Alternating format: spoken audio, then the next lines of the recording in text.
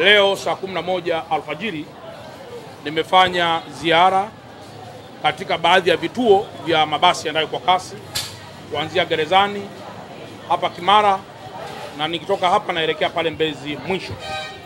Hapa tupo na jeshi la polisi, lakini zaidi RPC pamoja na RTO wa Kinondoni. Lakini jambo langu kubwa ambalo nataka kuwafafanulia ndugu waandishi wa habari na wananchi wenzetu waweze kuelewa, tumeona klipu nyingi zikiwa zinazunguka zikionyesha watu wananing'inia kwenye magari, lakini pia zikionyesha kwamba watu wanasukumana sana kuingia kwenye mabasi. Kwanza, kama mkuu wa mkoa nikiri kabisa kwamba mabasi haya yameshapungua sana kutoka kwenye idadi yake ya kwanza tangu yalivyonunuliwa mpaka yalivyo sasa. Hivi mabasi yanayotoa huduma kwa muda huu, mabasi ya kampuni ya UDAT yanayotoa huduma hayazidi hata 40. Mabasi yanayotoa huduma, kwa sababu ndio mabasi ambayo yana uafadhali. Kitu ambacho kimefanyika, Mheshimiwa Rais wa Jamhuri ya Muungano wa Tanzania ameagiza haraka sana, kama ambavyo niliwapeni taarifa siku ya kwanza, kwamba kila barabara apatikane mtu wa huduma mmoja, ili kuwe kuna ushindani wa utoaji wa huduma katika barabara hizi: barabara Moro Road, barabara Kilwa Road, barabara ya Mwalimu Nyerere ile kwenda airport, pamoja na barabara zingine ambazo ziko mbioni kukamilika. Barabara hii tunayoizungumzia leo ya Morogoro Road hii, amepatikana mtu wa huduma mmoja nje na UDAT.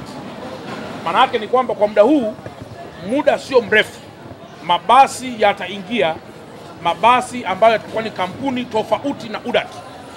Na kwa nini yamefanyika namna hiyo? Imefanyika namna hiyo ili apatikane mtu mwingine mwenye nguvu, mwenye uwezo wa kiteknolojia wa kuweza kuingiza mabasi haya. Mwanzoni, kama mnakumbuka vizuri, UDAT, serikali na hisa kwenye UDAT.